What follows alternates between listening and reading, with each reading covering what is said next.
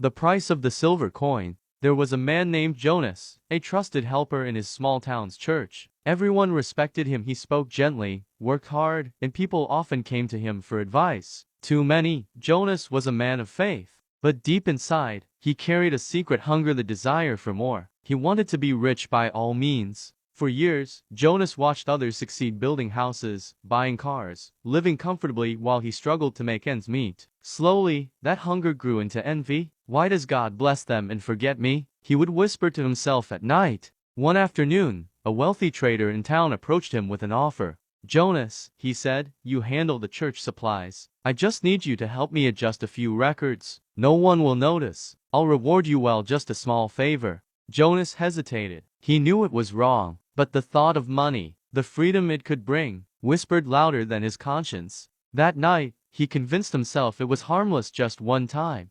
The next day, he did it. He changed the numbers, took the reward, and walked away with a small silver coin in his pocket. At first, he felt powerful, like he had finally taken control of his life. But as days passed, peace began to fade. He couldn't sleep. Every time he looked at the cross above the altar, guilt burned like fire in his chest. Weeks later, the church discovered the missing funds. The pastor's eyes were full of pain as he said, "Someone among us has broken trust." Jonas couldn't speak. The silver coin in his pocket felt heavier than a stone. He wanted to confess, but fear chained his mouth shut. That night, he went to the river and threw the coin into the water. He fell to his knees and cried, "Lord, I've betrayed you. I thought a little sin would fill my emptiness, but it has only emptied me more. Forgive me." The wind was cold, but in the silence, a verse rose in his heart, words he hadn't thought of in years. "If we confess our sins, he is faithful and just to forgive us, and to cleanse us from all unrighteousness." 1 John 1-9.